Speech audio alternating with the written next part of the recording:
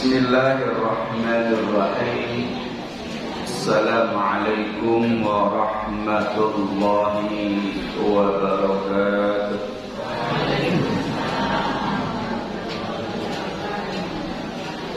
Innal hamdalillah nahmaduhu wa nasta'inuhu wa nastaghfiruh wa na'udzu billahi min shururi anfusina wa min sayyiati a'malina. من يهده الله فلا مضل له ومن يضلل فلا هادي له أشهد أن لا إله إلا الله وحده لا شريك له وأشهد أن محمدا عبده ورسوله الذي لا نبي ولا رسول بعده اللهم صل وسلم وبارك وزد وعنهم على حبيبنا وشفيعنا وقرة أعيننا ومولانا محمد صلى الله عليه وسلم وعلى آله وأصحابه ومن تبعهم بإحسان إلى يوم القيامة.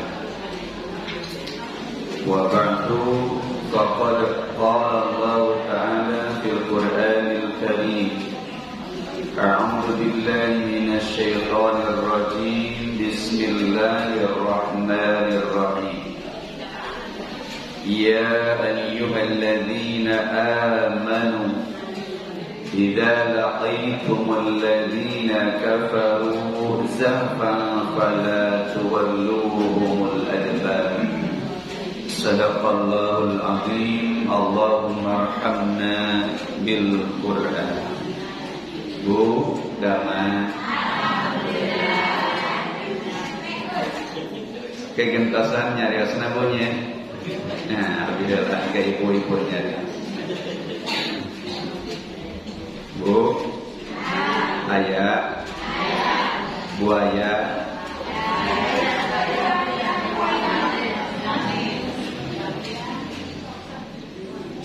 Alhamdulillah alladzi bi ni'matihi tatimmus shalihat.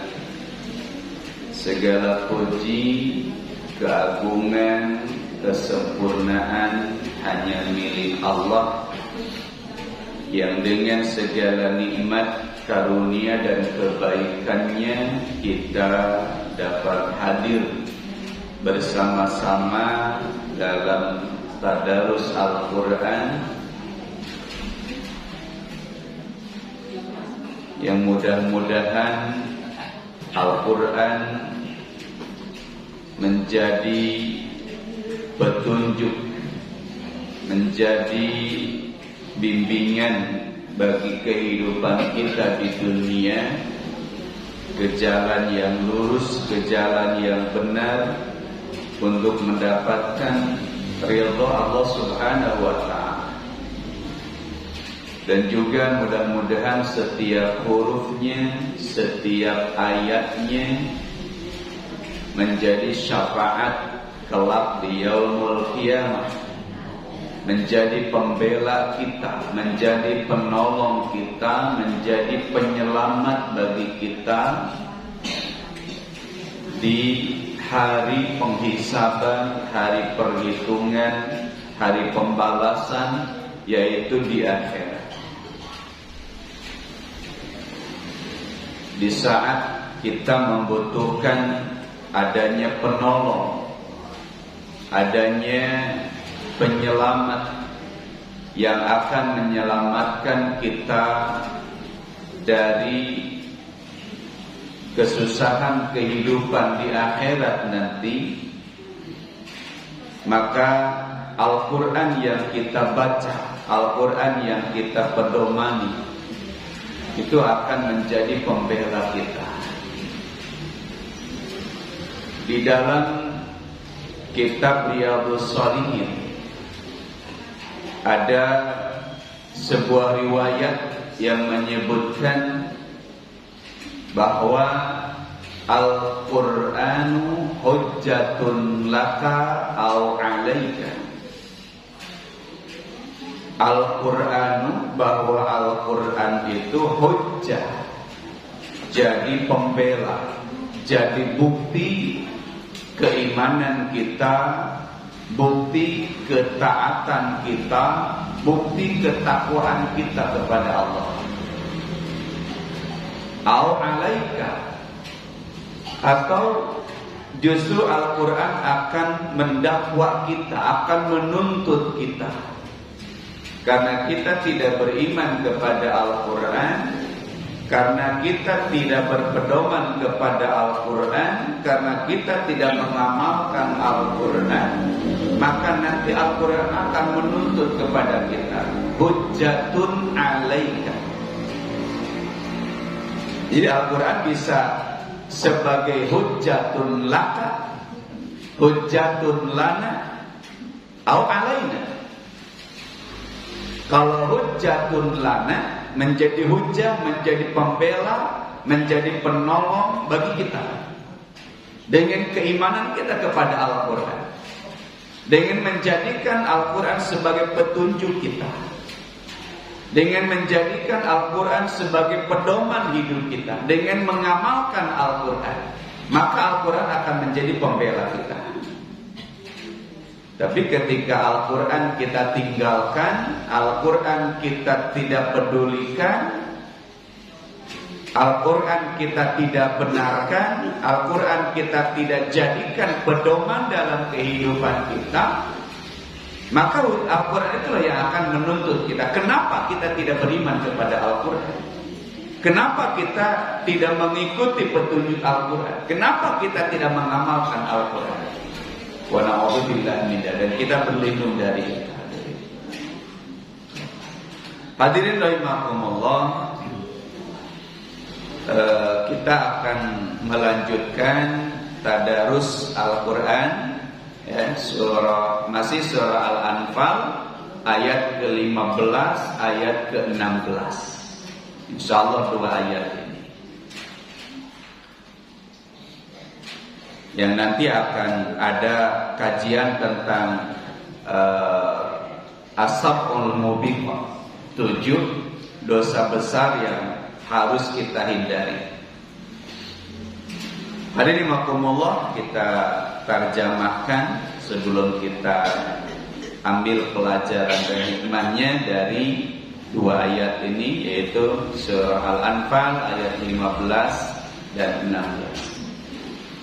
A'udzu billahi minasy syaithanir rajim. Ya ayyuha, hei ingat, alladzina amanu tos ariman idza nalika laqitum fa'amproh aranjen alladzina jeung anu kafaru kufur maranehna zafan dina kondisi nyerang fala mangka ula tuwalluhumul adbar nukangan aranjen kamaranehna waman jeung sing saha yuwallihim nukangan maranehna yauma idzin dina poe eta duburo satu kangen manehna illa kajaba mutaharrifan nyen siasa liqitalin pikeun nyerang au mutahayyizan atawa pikeun gabung ila fi'atin ka kelompok anu sanesna faqad ba'a estu geus balik manehna bil ghadabi bari nyanak bebendu minallahi di Gusti Allah wa ma'wahu jeung tempat cicing manehna jahannam neraka jahannam wa bisa jeung kacida gorengna al masiru pambalikanana. Hadirin rahimakumullah, ini masih kita bicara tentang peristiwa pertempuran Badar. Peperangan pertama yang terjadi antara para sahabat, ya, orang-orang beriman dengan kafir Quraisy. Dan juga ini merupakan kemenangan pertama. Allah ingin menunjukkan keagungan Islam. Allah ingin membuktikan kebenaran ajaran Islam. Maka disebutnya juga Yaumal Furqan, Yaumal Taqal Jam'an, hari dipisahkannya antara kebenaran dengan kebatilan, hari dipisahkannya antara keimanan dengan kekufuran. Itulah yang disebut dengan pertempuran Badar, ya. Nah, Allah Subhanahu wa ta'ala menyampaikan di dalam ayat ini tentang adab-adab di dalam pertempuran. Yang ini akan menghasilkan, membuahkan kemenangan bagi umat Islam. Kata Allah, ya ayyuhalladzina amanu, wahai orang-orang yang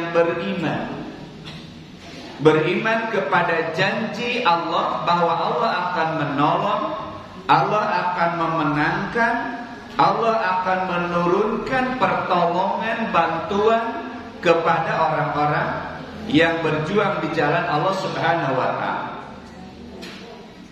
Alladzina amanu, yang beriman tentang kebenaran ajaran Islam, yang beriman, yang mengimani, yang meyakini bahwa Nabi Muhammad adalah utusan Allah Subhanahu wa ta'ala yang membawa kebenaran, yang membawa ajaran Islam, yang membawa rahmat bagi seluruh manusia.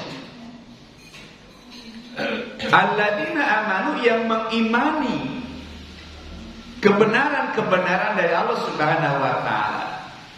Kata Allah, idza laqaitumul ladzina kafaru, ketika kalian sudah berjumpa, sudah bertemu, Pak Amprok,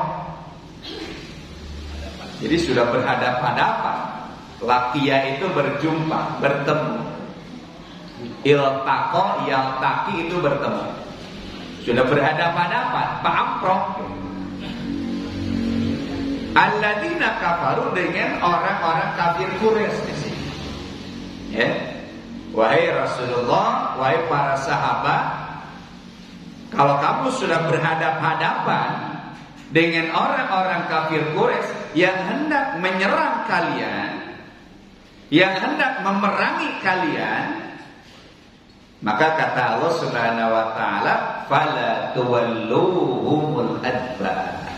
Zahfan di sini adalah menyerang. Jadi kalau dalam kondisi perang, hadirin, di mana umat Islam sudah berhadapan dengan orang-orang kafir, maka haram hukumnya berbalik ke belakang. Fala tuwalluhumul adbar, jangan membelakangi. Arti membelakangi itu apa, Dirin? Lari, ya, lari, ya, kabur gitu. Karena hadirin wakumullah, kalau kemudian umat Islam melarikan diri, berarti itu adalah sebuah kekalahan. Ya, sebuah kekalahan. Baik itu larinya secara bersamaan atau seorang-seorang, itu tidak diperbolehkan. Maka arahan di dalam ayat ini bahwa di antara sumber kemenangan itu adalah as-sabar. Kita harus tetap teguh di situ, apapun resikonya. Ya, apapun resikonya. Kan resiko dalam peperangan itu hanya dua, hadir. Ya, membunuh atau dibunuh. Kan itu resikonya. Nah, bagi umat Islam haram hukumnya ketika berhadapan dengan orang-orang kafir, kemudian dia mencari selamat, dia menyelamatkan diri karena takut terbunuh. Kemudian meninggalkan Rasulullah SAW, meninggalkan orang-orang yang sedang berperang karena dia ingin menyelamatkan dirinya. Fala tuwalluhumul adbar. Jangan sampai kita melarikan diri dari peperangan yang sedang berlangsung. Dan ini adalah sikap, ya, orang-orang munafik biasanya. Sebagaimana di dalam perang Uhud, perang Ahzab, itu dikisahkan, di dalam perang Hunain, ya, itu dikisahkan bahwa ketika Rasulullah dengan para sahabat ingin menghadapi kekuatan orang-orang kafir Quraisy, maka di antara orang-orang yang lemah imannya, di antara orang-orang munafik itu biasa mereka suka memporak-porandakan keutuhan barisan umat Islam. Mereka kasakus, ini bahaya nih, jumlah kita sedikit nih, jumlah mereka banyak. Wah, ini gak seimbang nih, ya kita pasti kalah nih, gitu. Ya, mereka suka menyebarkan kalimat-kalimat provokasi-provokasi yang akan menyebabkan goyahnya pasukan kaum muslimin. Dan ini sangat bahaya. Ya, ini sangat bahaya. Maka haram hukumnya, hadirin, bagi pasukan yang sudah ada dalam pertempuran atau sudah berhadapan dengan musuh, kemudian dia mundur ke belakang, karena ini akan menggoyahkan pasukan umat Islam. Ya. Fala tuwalluhumul adbar. Tapi dalam ayat berikutnya ada pengecualian. Ada pengecualian. Boleh mundur. Dalam kondisi apa? Kata Allah, wa may yuwallihim yawma idzin duburhu illa. Boleh mundur. Tapi dalam rangka pertama adalah mutaharrifan liqitalin. Kalau dalam tafsir Ibnu Katsir atau Jalalain atau Al-Mukhtasar atau Wasit itu disebutkan yahda khid'atan.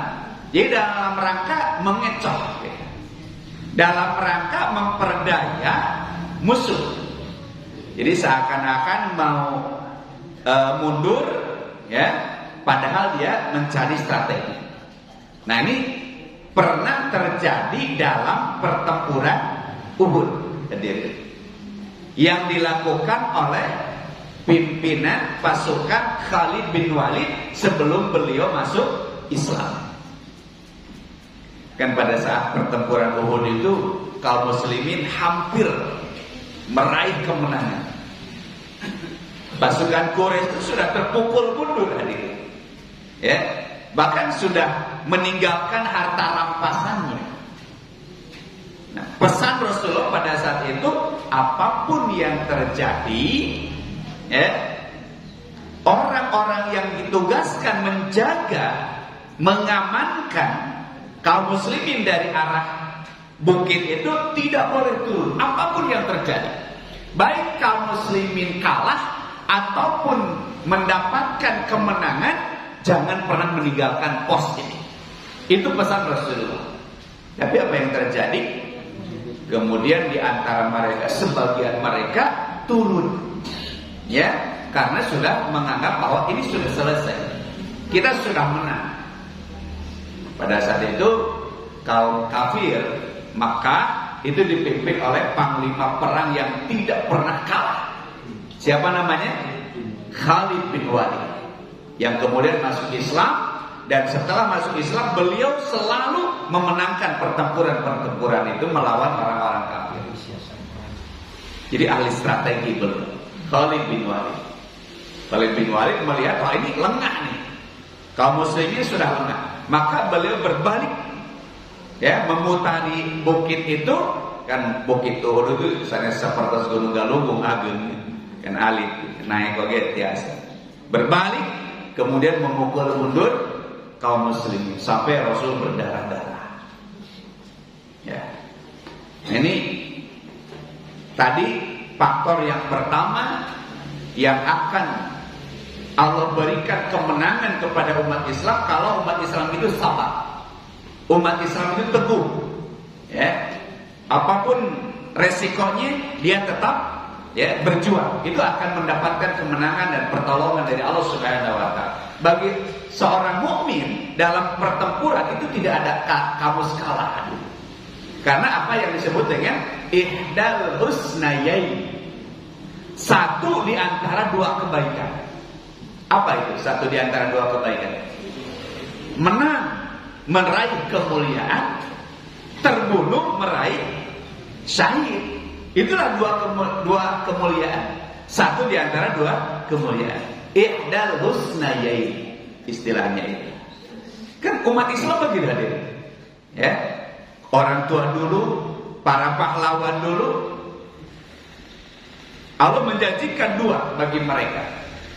Satu, karimah, mendapatkan kehidupan yang mulia karena berhasil mengusir penjajah.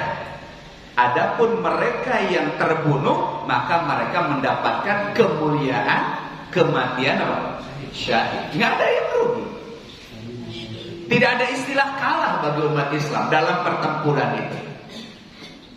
Imam mendapatkan kemenangan sehingga mendapatkan hidup yang mulia, atau sekalipun harus terbunuh, maka mereka mendapatkan asy-syahadah, kemuliaan di sisi Allah Subhanahu wa taala. Nah, begitu. Ya.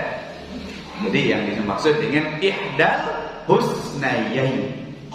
Maka bagi umat Islam harus tetap sabar, teguh apapun resikonya. Sampai ada seorang sahabat, Amr bin Zamuh namanya, ya, ketika perang Uhud kalau tidak salah, ya, mereka menjadi tameng Rasul karena ingin menyelamatkan, melindungi Rasulullah SAW. Sehingga sekujur tubuhnya itu penuh dengan luka. Ada panah yang menancap, ada bekas tebasan pedang, ada bekas tusukan tombak. Sampai tidak dikenali gitu. Ini siapa? Kecuali dari cincinnya. Saudaranya melihat, oh ini cincin, ya, Amr bin Jamuh. Sampai seperti itu sahabat Rasulullah, ya, ingin mengejar mati syahid. Ya, tapi mati syahid bukan di luar peperangan, ya. Nah, jadi jangan salah menafsirkan. Mati syahid itu ketika dalam medan perang itu mati syahid. Nah, ini yang 50. Jadi yang pertama adalah sabar. Yang kedua adalah tadi dari peristiwa Uhud itu adalah apa? Ketaatan kepada Allah dan Rasulnya. Ketaatan kepada Allah dan Rasul. Ayat kemarin, ayat sebelumnya kita diingatkan, wa may yushaqiqillaha wa rasulah. Kalau kita menentang Allah dan Rasulnya, maka kalah kita. Kenapa Allah menghancurkan orang-orang kafir? Karena mereka menentang Allah Subhanahu wa taala dan Rasul. Maka akan kalah. Maka yang kedua dari bahwa sumber kemenangan, sumber pertolongan adalah taatullah wa rasulih. Harus mentaati Allah dan Rasulnya. Ya. Kembali kepada ayat ini, kata Allah, illa mutaharrifan liqital aw khid'atan. Kecuali kalau kalian ini untuk mengecoh musuh gitu. Untuk menipu musuh, memperdaya musuh. Seakan-akan kalian ini melarikan diri, padahal menyusun kembali kekuatan atau menyerang dari arah belakang. Nah itu boleh. Mutahayyizan ila fi'atin, atau mundurnya itu untuk merapatkan barisan kembali, bergabung dengan kelompok yang lainnya, ya, untuk menambah kekuatan lagi, menyusun kembali strategi dan kekuatan. Ini dibolehkan.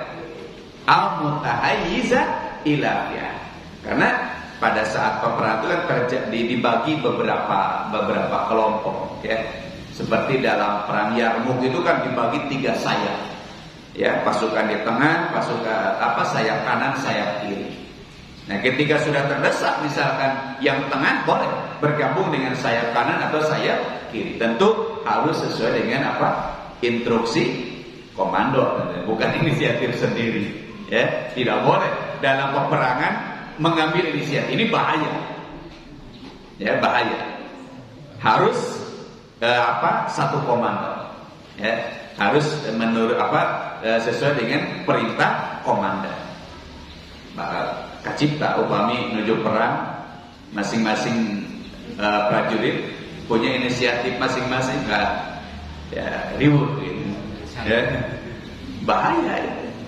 Maka inisiatif itu boleh, tapi kapan dan di mana, ya.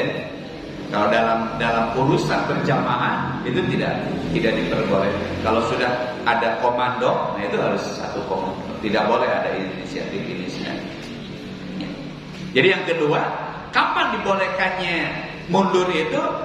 Mutahayyizan ila fi'atin, atau untuk bergabung dengan kelompok yang lain, itu diperbolehkan. Jadi pertama untuk mengecoh musuh, memperdaya musuh, ya. Yang kedua adalah untuk bergabung, menyusun kembali, ya, barisan dan kekuatan untuk melawan kembali. Nah itu boleh. Selain itu tidak boleh, ya. Selain itu tidak boleh. Ingin menyelamatkan diri tidak boleh, ya, karena itu akan menggoyahkan pasukan kaum muslimin. Kata Allah, ya, barang siapa yang melarikan diri, faqad ba'a bi ghadabin minallah, maka dia membawa kemurkaan Allah. Allah murka, ya.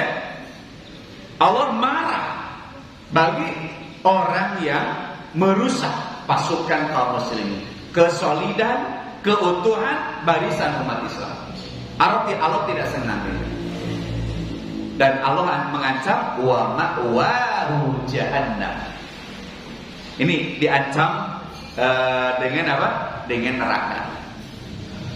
Biasanya kalau para ulama, ya, apabila satu perbuatan itu ancamannya adalah neraka, maka itulah dosa besar. Ya, kalau ada as-saghair al-kabair. Nah, ini termasuk kepada kabair. Kabair itu dosa besar. Nah, di antara tanda dosa besar itu adalah ketika pelakunya diancam dengan neraka. Seperti ini. Wa ma'wahu jahannam. Ini berarti dosa besar. Maka Rasul sallallahu alaihi wasallam menyebutkan dalam riwayat, ini ada di dalam Sahih Bukhari, Sahih Muslim dan kitab hadis lainnya.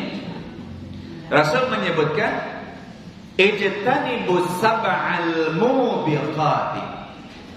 Jauhi oleh kalian 7 yang membinasakan kalian.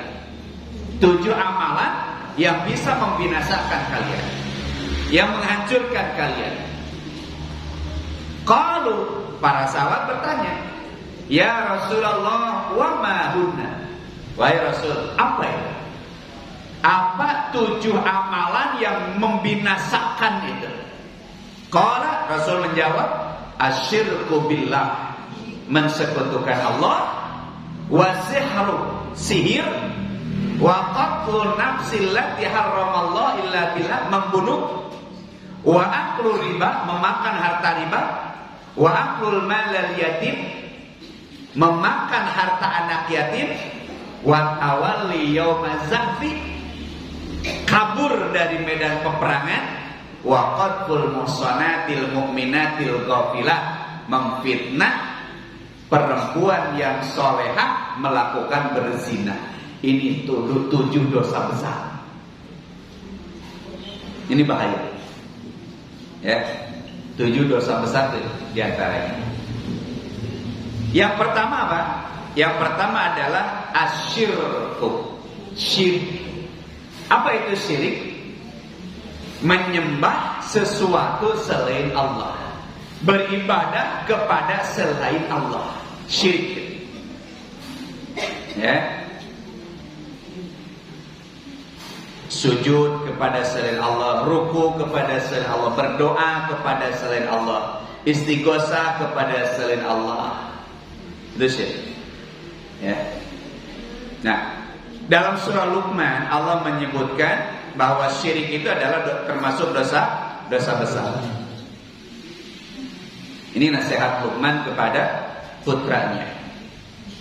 Wa idz qala Luqmanu libnihi wa huwa ya'iduhu ya bunayya la tusyrik billah inna syirka la dzulmun adzim.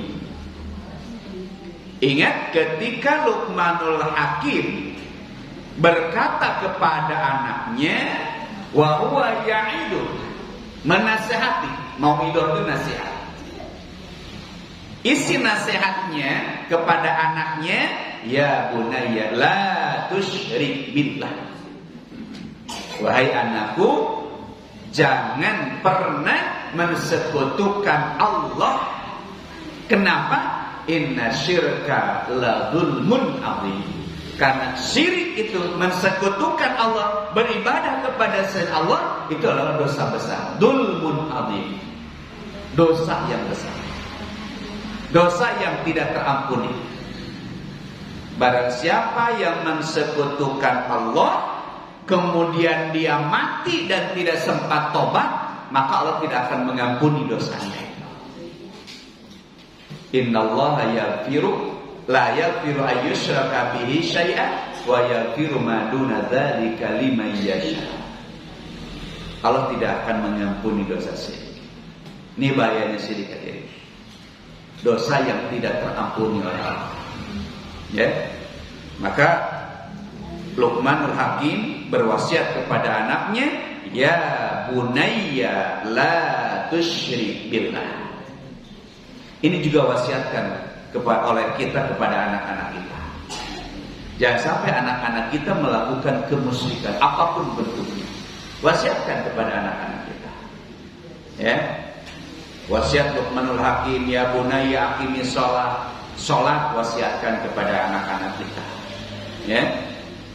Sholat wa'mur bil ma'ruf wanha 'anil munkar. Dakwah juga wasiatkan kepada anak kita. Mereka harus terlibat dalam dakwah. Ya, mengajarkan Islam. Nah, itu yang pertama, syihrun. Syirkun. Yang kedua apa? Asihru. Sihir. Sihir itu apa? Sihir itu memalingkan sesuatu dari kebenaran. Sihir. Ya. Nah, ini ulama berbeda pendapat. Ada yang mengatakan bahwa sihir itu nyata, ada yang berpendapat bahwa sihir itu tidak nyata. Tapi jumhur ulama mengatakan bahwa sihir itu memang nyata, ada sihir. Ya, ada. Dan ada pengaruhnya. Sebagaimana Allah sebutkan di dalam surah Al-Baqarah. Ya, yufarriquna bihi bainal mar'i wa zawji. Pengaruh sihir itu bisa membuat rumah tangga itu berantakan. Suami jadi benci kepada istrinya, istri jadi tidak suka kepada suaminya. Itu bisa jadi pengaruh sihir. Ya. Ma yufarriqu bihi bainal mar'i wa zawji. Itu pengaruh sihir. Maka hati-hati. Kalau tiba-tiba ibu lihat suami sebel gitu, jangan-jangan ibu kena sihir. Maka harus diruqyah. Meruqyah diri. Setiap sebelum tidur baca ya ayat kursi, kemudian muawwadzatain, kemudian surat Al-Ikhlas, baca, jaga diri kita, ya, karena sihir itu malam. Biasanya tukang sihir itu melakukan sihirnya itu di waktu malam, ya. Qul a'udzu bi rabbil falaq min syarri ma khalaq wa min syarri ghasikin idza waqa wa min syarri nafasati fil 'uqad. Nafasat itu yang suka meniupkan sihir-sihir, guna-guna itu, mantra-mantra itu. Itu kapan? Wa min syarri ghasikin idza waqa, ketika malam sudah lalu. Jadi malam itu berbahaya.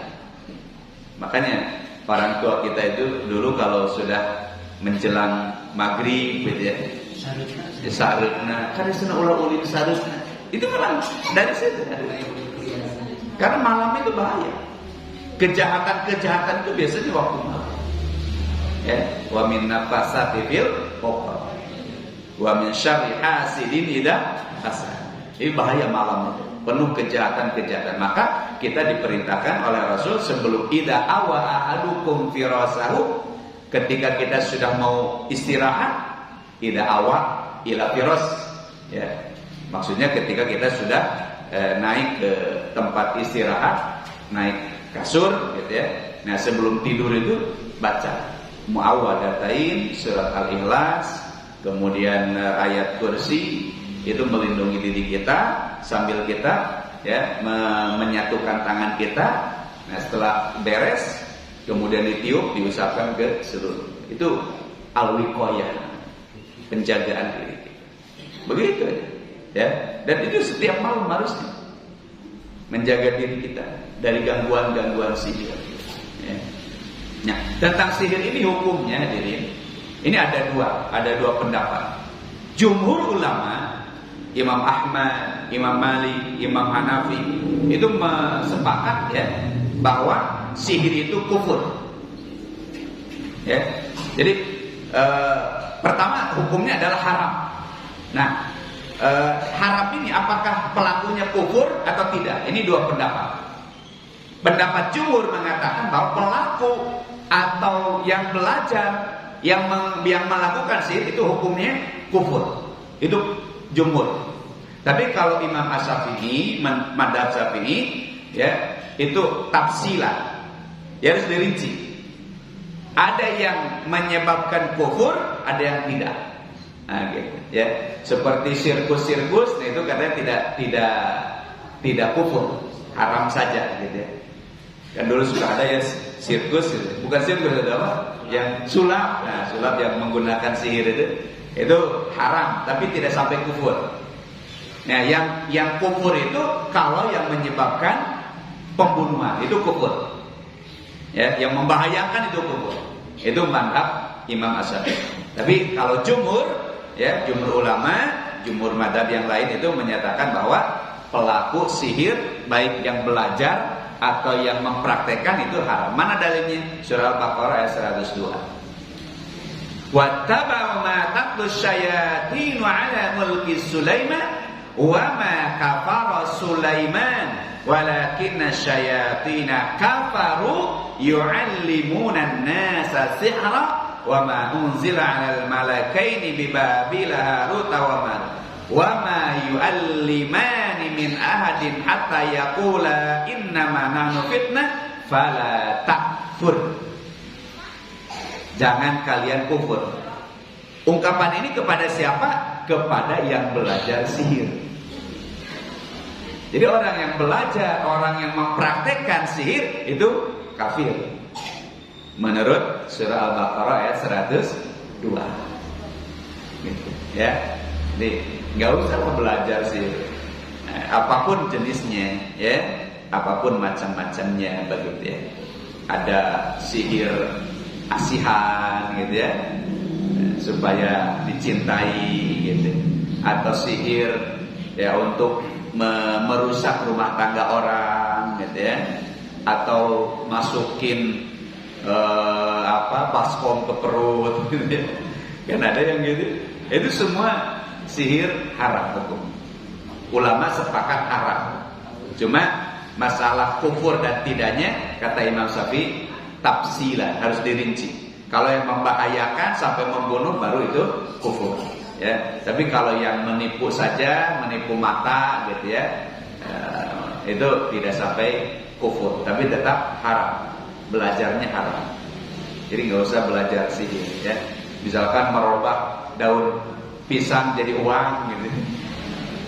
Kan kemarin sempat heboh ya, ada yang merubah kertas menjadi uang.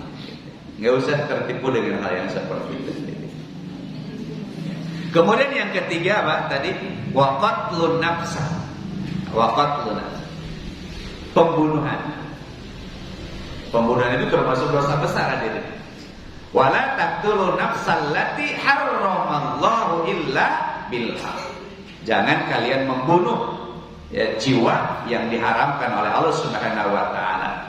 Kemudian dijelaskan di dalam surah An-Nisa, hukuman orang-orang yang membunuh itu wa ayyaqtul mu'minan muta'ammidan fajazaa'uhu jahannama khalidan fiha. Orang yang membunuh dengan sengaja dia kekal di neraka. Ini menunjukkan dosa besar. Ya. Ini menunjukkan dosa besar. Wa ghadiballahu alaihi, apalagi ini? Satu, diancam neraka jahanam.